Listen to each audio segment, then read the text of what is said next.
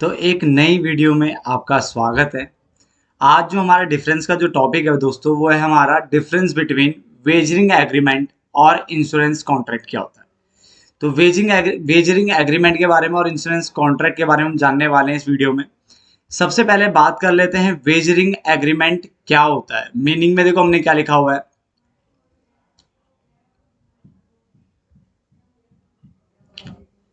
इसमें लिखा हुआ है, अब wagering agreement is an agreement. Wagering agreement एक ऐसा टाइप का एग्रीमेंट होता है इन विच मनी और वैल्यू ऑफ मनी, देखो मनी हो सकता है या फिर मनी के जैसा कोई वैल्यू, कोई भी चीज इज बेस्ड ऑन, यानी वो बेस्ड होगी इसके ऊपर अकरेंस और नॉन अकरेंस, अकरेंस और non occurrence of any potential unpredictable event. यानी वेजिंग एग्रीमेंट होता क्या है, देखो मैं आपको हल्का सा एक हिंट देता हूं। जैसे मान लो आज इंडिया पाकिस्तान का मैच चल रहा है, क्लियर, और मैं आप कह रहे हो कि मान लो इंडिया जीतेगा, मान लो सपोज करो मैं बोलता हूँ पाकिस्तान जीतेगा, ठीक है। तो अगर इस टाइप का अगर कोई एग्रीमेंट होता है, देखो अब कोई भी जीत सकता, हमें तो पता है नहीं इसके बारे में, ठीक है, एक तरह से सट्टा टाइप का हो गया, ठीक है। तो ये आपका वेजिंग एग्रीमेंट हो गया, क्या हो गया, वेजिंग एग्रीमेंट हो गया। तो वेजिंग एग्रीमेंट एक ऐसा एग्रीमेंट होता है इन विच मनी या फिर जो वैल्यू ऑफ मनी है वो बेस्ड होता है अकरेंस और नॉन अकरेंस, यानी हो भी सकती है क्या आइटम और नहीं भी हो सकती है, ऐसी चीजों पे डिपेंड होता है, ऑफ एनी पोटेंशियल, पोटेंशियल मतलब संभावित, जिसकी संभावना है कि हो भी सकता है नहीं भी हो सकता, ठीक है ना। और अनप्रिडिक्टेबल इवेंट है जिसको आप, जिसकी प्रिडिक्शन आप पहले नहीं कर सकते, ठीक है, कि यही चीज होगी आगे। इंश्योरेंस कॉन्ट्रैक्ट में लिखा है contract where one party, insurance contract वो कॉन्ट्रैक्ट होती है जहां पे एक पार्टी, जिसको हम इंश्योरर बोलते हैं, वो एग्री हो जाता है टू कंपनसेट अनदर पार्टी। यानी जो इंश्योरर है वो दूसरी पार्टी, जिसको हम इंश्योर्ड पार्टी कहते हैं, उसको कंपनसेट करने को तैयार हो जाता है अगर कोई लॉस होता है, कोई डैमेज हो जाता है या कोई लायबिलिटी आ जाती है in exchange for a premium. देखो इंश्योरर मतलब होता है इंश्योरेंस कंपनी। तो कॉन्ट्रैक्ट ऑफ इंश्योरेंस एक ऐसा कॉन्ट्रैक्ट होता है जहां पे इंश्योरेंस कंपनी, इंश्योरर मतलब इंश्योरेंस कंपनी, एग्री हो जाती है कि वो कंपनसेशन देगी, वो आपकी जगह भरपाई करेगी, ठीक है, आपको उस चीज का पैसा देगी अगर आपको लॉस हो जाता है, डैमेज हो जाता है या लायबिलिटी। अब आपने देखा होगा इस केस में भी, जैसे मान लो कि इन केस अगर मान लो गोडाउन में गुड्स में आग लग जाती है और गुड्स का आपने इंश्योरेंस करवा रखा था, तो इंश्योरेंस अगर करवा रखा होगा आपने, तो इंश्योरेंस कंपनी उसके बदले में क्या देगी, आपको कंपनसेशन देती है, ठीक है। तो इंश्योरर कौन हो गया, इंश्योरेंस कंपनी, और इंश्योर्ड कौन हो गया, आप हो गए, ठीक है ना। तो उसका मतलब इंश्योरर जो होता है वो एग्री हो जाता है कि टू कंपनसेट अनदर पार्टी, की वो दूसरी पार्टी को कंपनसेशन देगी for loss damages liability in exchange for a premium. यानी जो आप प्रीमियम पे करते हो उसके बदले में अगर कोई लायबिलिटी आ जाती है तो उसकी भरपाई वो करेगा, क्लियर। तो मीनिंग में आसानी से देखो, मीनिंग को दोबारा समझ लो एक बार। वेजिंग में मैंने क्या बोला, वेजिंग एग्रीमेंट एक ऐसा टाइप का एग्रीमेंट है जहां पे मनी या फिर मनी के जैसा वैल्यू, ठीक है, पे किया जाता है, बट बेस्ड ऑन ये अकरेंस और नॉन अकरेंस, नहीं हो भी सकता है नहीं भी हो सकता, ऑफ एनी पोटेंशियल या अनप्रेडिक्टेबल इवेंट की बात कर रहा है। जबकि इंश्योरेंस कॉन्ट्रैक्ट में मैंने बताया कि एक ऐसा कॉन्ट्रैक्ट होता है जहां पे वन पार्टी, जिसको हम इंश्योरर बोल रहे हैं, वो एग्री करता है कि मैं कंपनसेट करूंगा दूसरी पार्टी को, इंश्योर्ड को, फॉर अ लॉस, लॉस के लिए, डैमेजेस के लिए, और liability in exchange for a premium, या कोई लायबिलिटी हो जाती है तो उसको वो भरपाई करेगा, क्लियर। आगे लिखा हुआ है एनफोर्सेबल। एनफोर्सेबल में देखिए अगर बात, तो वेजिंग एग्रीमेंट जो होता है बेटा वो वॉइड होता है, क्या होता है, वॉइड होता है, ठीक है। That is, it is not enforceable, इसको आप एनफोर्स नहीं करा सकते लॉ के द्वारा, इसको आप एनफोर्स नहीं कराया जा सकते। आपने सट्टा लगा रखा है कि ये जीतेगा वो जीतेगा, इस टाइप की बैट लगा रहे हो आप, तो इसको हम वॉइड बोलते हैं, ये वैलिड नहीं होता है, ये वॉइड होता है, और इसको आप एनफोर्स नहीं करा सकते, लॉ के द्वारा से मंजूर नहीं करवा सकते, ठीक है ना।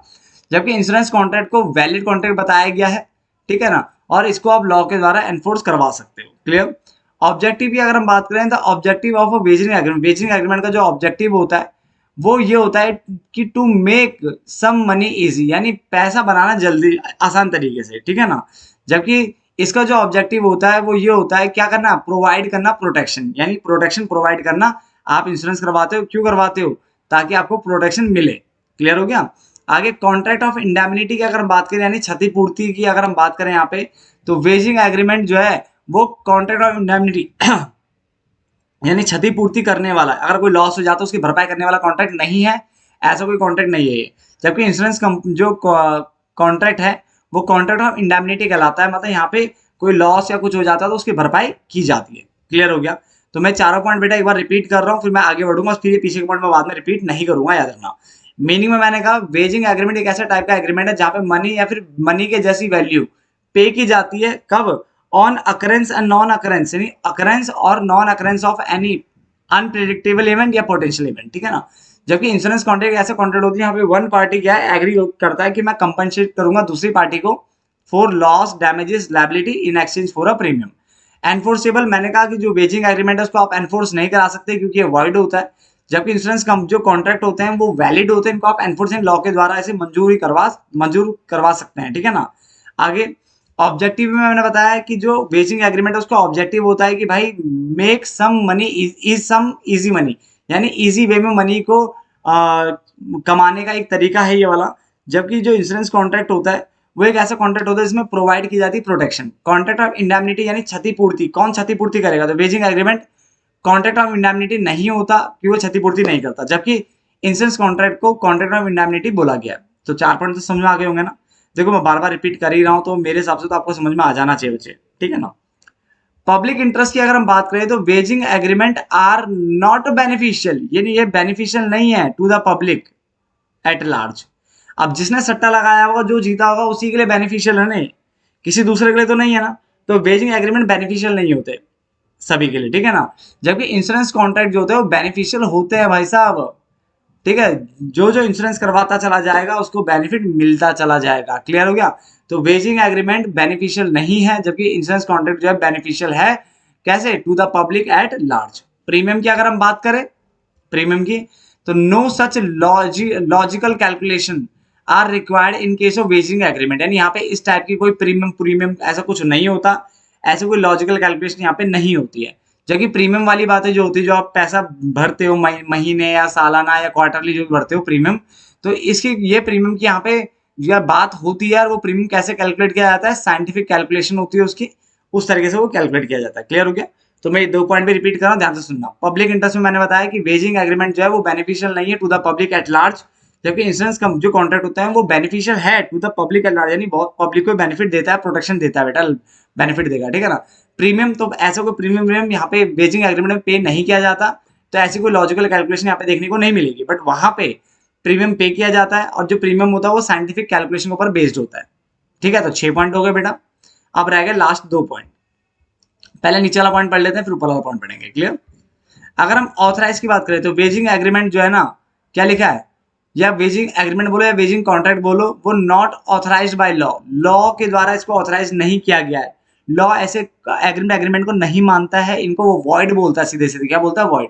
तो वेजिंग एग्रीमेंट बोलो या वेजिंग कॉन्ट्रैक्ट बोलो, तो वो not authorised by law, law इसको ऑथराइज नहीं करता है। जबकि इंश्योरेंस कॉन्ट्रैक्ट को लॉ ऑथराइज करता है। तो बड़ा सिंपल सा पॉइंट है, इंश्योरेंस को लॉ ऑथराइज करता है, जबकि वेजिंग एग्रीमेंट को लॉ ऑथराइज नहीं करता है। लास्ट पॉइंट पढ़ लेते हैं बेटा, बस फिर बंद करेंगे वीडियो, ठीक है। अमाउंट पेएबल की अगर हम बात करें तो इन वेजिंग एग्रीमेंट में जो अमाउंट पे किया जाता है या पेएबल होता है, वो क्या होता है, फिक्स होता है। जैसे 10,000 की शर्त लगाइए तो 10,000 हो गया, 50,000 हो गया, जो भी है।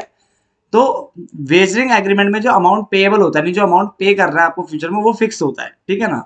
या अमाउंट पे किया जाता है वो फिक्स होता है। जबकि इंश्योरेंस कॉन्ट्रैक्ट में अमाउंट पेबल जो होता है वो फिक्स नहीं होता है, वो फिक्स नहीं होता है, but depends upon the loss incurred. ये किसके ऊपर डिपेंड करता है? ये डिपेंड करता है कि आपने कितना लॉस इनकर्ड किया है, ये डिपेंड करता है कि आपने कितना लॉस इनकर्ड किया है, उसके ऊपर डिपेंड करता है, क्लियर हो गया। The comma the amount insured, और किसके ऊपर डिपेंड करता है कि आपने आपने अमाउंट इंश्योर्ड कितना था आपका, ये बताओ, अमाउंट इंश्योर्ड क्या था उसके ऊपर भी डिपेंड करता है। या उसके अलावा अदर टर्म्स एंड कंडीशन भी हो सकती है बेटा, क्या हो सकती है, अदर टर्म्स एंड कंडीशन भी हो सकती है। तो देखो 4-5 पॉइंट है, ध्यान से समझना। येलो कलर ले लेते हैं ना इसके लिए, यहां तक। तो उसने बोला यहाँ पे ये दोनों सेम हो गए ना, इसके लिए थोड़ा ग्रीन ले लेते हैं, इसको डिलीट कर देते हैं, यहां से ग्रीन उठा लेते हैं, ग्रीन आ गया, और यहां तक इसको कर देते हैं, ठीक है। तो इंश्योरेंस कॉन्ट्रैक्ट में जो अमाउंट पेबल होता है वो फिक्स नहीं होता, जबकि वेजरिंग एग्रीमेंट में अमाउंट पेबल फिक्स होता है। ये बात समझ में आ गई? क्योंकि ये डिपेंड होता है, इंश्योरेंस कॉन्ट्रैक्ट में डिपेंड करता है अमाउंट पेबल, कि अमाउंट कितना पे किया जाएगा या पे करना है, ये डिपेंड करता है। पहली बात तो लॉस कितना हुआ है, अमाउंट यानी इंश्योरेंस कितने तक का आपने करवाया था, अमाउंट इंश्योर्ड क्या था आपका, या अदर टर्म्स एंड कंडीशन हो सकती है, ठीक है, of the contract. However it can never exceed, ये ज्यादा नहीं हो सकता, never exceed the loss actually incurred. यानी अब मान लो आपको लॉस हुआ है 1 लाख रुपए का, तो इंश्योरेंस कंपनी आपको 1.5 लाख रुपए नहीं देगी, याद रखना, बहुत कंजूस होती है इस मामले में। जितना आपको लॉस हुआ होगा ना, उतने तक या उससे थोड़ा कम ही आपको मिलेगा, उससे ज्यादा आपको नहीं मिलेगा। तो वो ये लाइन यहाँ पे लिखी हुई है, however it can never exceed the loss actually incurred, यानी जितना लॉस आप एक्चुअल में इनकर्ड करते हो, या तो उतना मिलेगा या उससे कम मिलेगा, बट उससे ज्यादा आपको नहीं मिल सकता। क्लियर हो गया? तो जहां तक ये डिफरेंस भी आपको समझ में आ गया होगा, ठीक है ना। और मिलते हैं फिर एक नए डिफरेंस में, तब तक के लिए धन्यवाद दोस्तों।